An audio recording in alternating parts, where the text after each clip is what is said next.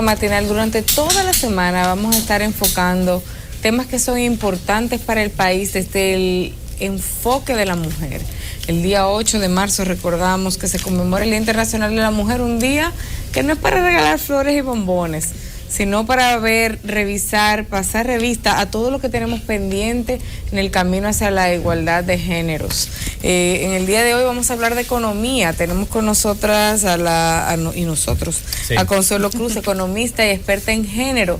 Le damos la bienvenida a Enfoque Matinal. ¿Cómo estás, Consuelo? Muy bien, gracias. Muchas gracias por la invitación.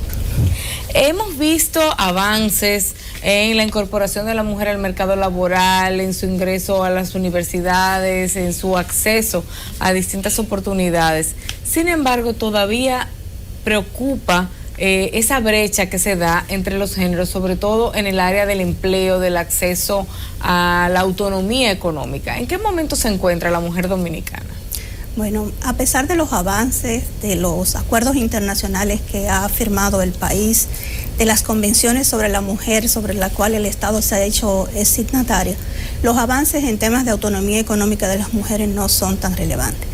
Todavía hoy, el 2014, existen brechas importantísimas en los temas de participación de las mujeres. A pesar de que tenemos mayor nivel educativo, se estima, por ejemplo, que para el 2014 el promedio de edad de las mujeres económicamente activas era de algunos 10.8 años, en cambio los hombres un año 9 y algo por ahí. 10.8 años de estudios. De estudios. A pesar de esos avances, todavía hay una brecha importante en la participación laboral de las mujeres y en la generación de ingresos propios para poder tener la autonomía que implica otros tipos de autonomía para las mujeres. El presidente de la República, en su discurso del día de rendición de cuentas el pasado 27 en el Congreso, habló de lo que se ha hecho, de lo que se ha estado haciendo con respecto a al financiamiento de pequeños proyectos en los cuales las mujeres son cabezas de familia, son madres solteras, tienen que administrar la casa, prácticamente hacerlo todo y a veces hasta ser compañeras. ¿Qué tan ciertos son las estadísticas con la realidad en los barrios, en la parte más pobre de la República Dominicana? Mira, te voy a dar unos datos. Por ejemplo, si bien es cierto que las mujeres cada vez participamos más en el mercado laboral, por ejemplo, si miramos la cantidad de hombres y mujeres que tienen edad para trabajar, las mujeres son ligeramente superiores, ¿verdad?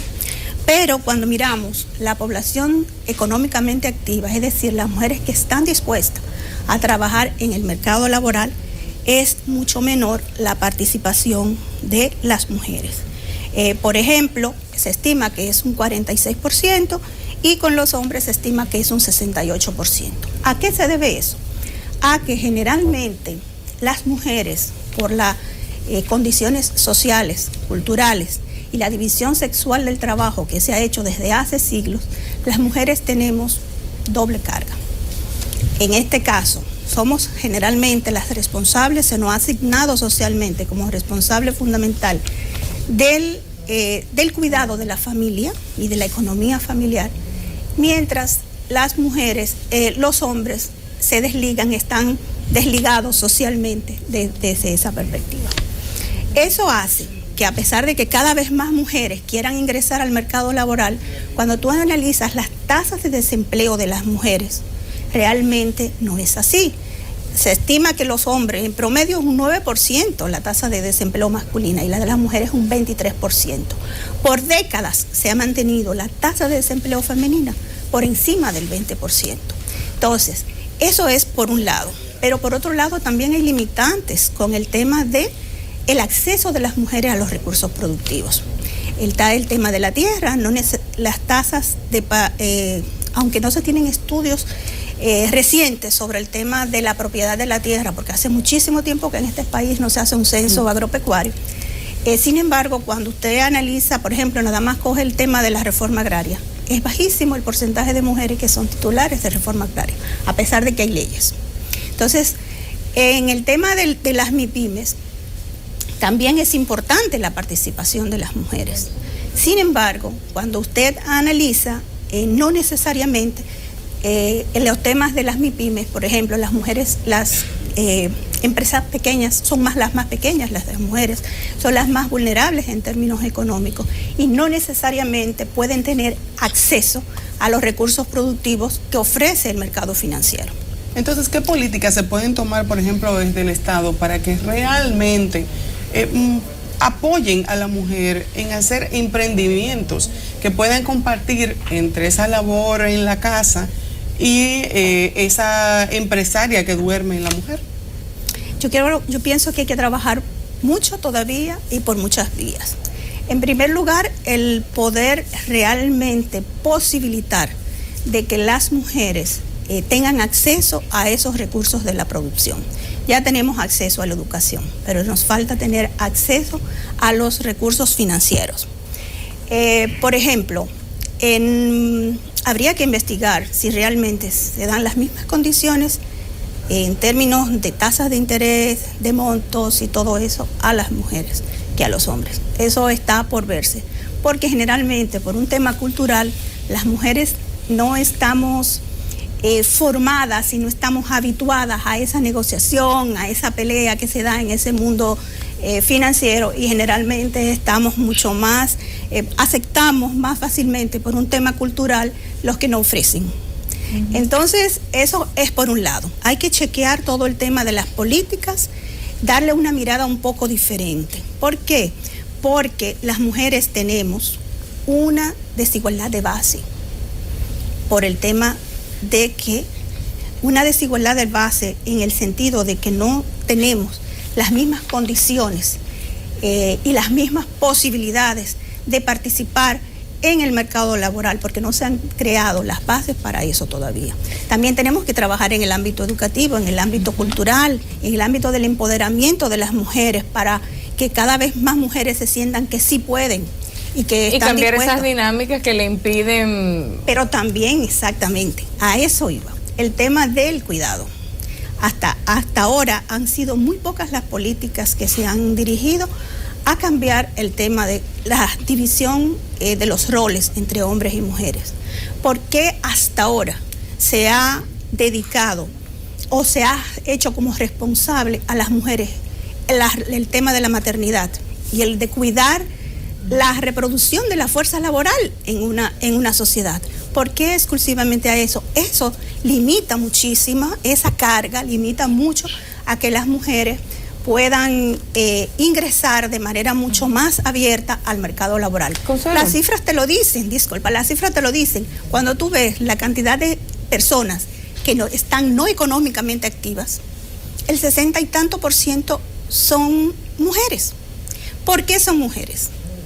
Cuando tú vas a las causas, los hombres que no están económicamente activos, que tienen más de 10 años y no dicen que no quieren trabajar, se dedican el 68% a estudiar y solo un 9 y tanto % por temas domésticos. Las mujeres, en su mayoría, hay casi un 40% que es por problemas domésticos, porque tienen que dedicarse al trabajo doméstico, y un 30 y tanto % similar por estudios, porque sabemos que son más de 10 años.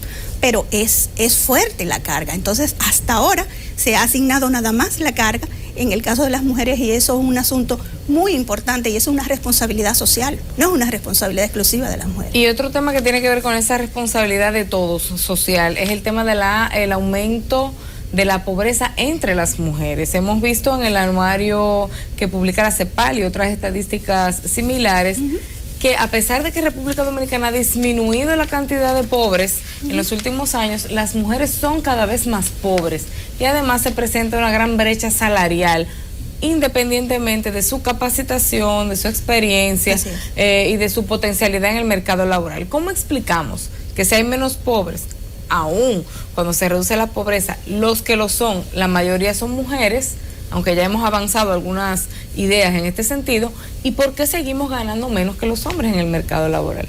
Lo vemos hasta en Hollywood, que fue el gran discurso de los Oscars este año, en la lucha por la paridad salarial en Estados Unidos. Imaginémonos nosotros lo lejos que estamos. Exactamente. Mira, si bien es cierto, las cifras del Estado Dominicano dicen que se ha reducido la pobreza, que el cuadro un 35% de 35.8% de personas que viven en condiciones de pobreza. También es cierto que todavía es bastante alta, porque podemos ver cuando lo comparamos con el crecimiento que ha tenido la economía dominicana en los últimos años. El año pasado tuvimos unas tasas de 7% del Producto Bruto Interno. Entonces, ¿qué está pasando? ¿Por qué no se está distribuyendo? Pero que habría que ver también cuáles son los sectores que están creciendo. Los sectores que están creciendo son minería, son transporte, son una serie de agricultura que emplean básicamente a hombres. Ahora bien, la CEPAL, que sí, la Comisión Económica para América Latina, sí calcula el tema de la pobreza por hombres y mujeres. Y a pesar de que registra una reducción del 2012 al 2013 de un 41 a un 40% más o menos, un 40.7%, todavía sus cálculos están por encima de lo del país. Y ellos establecen que hay una relación muy importante entre pobreza y mujeres. Por ejemplo, ellos calculan que por cada 100 hombres pobres hay 152 mujeres pobres. Y eso es algo sumamente importante y que sobre todo afecta mucho más a las mujeres rurales. Pero también un hecho muy importante es el tema de los hogares encabezados por mujeres. De acuerdo a los datos de la CEPAL, cuando el hogar está encabezado por una mujer, el 50.3% de la población es pobre dentro de esos hogares.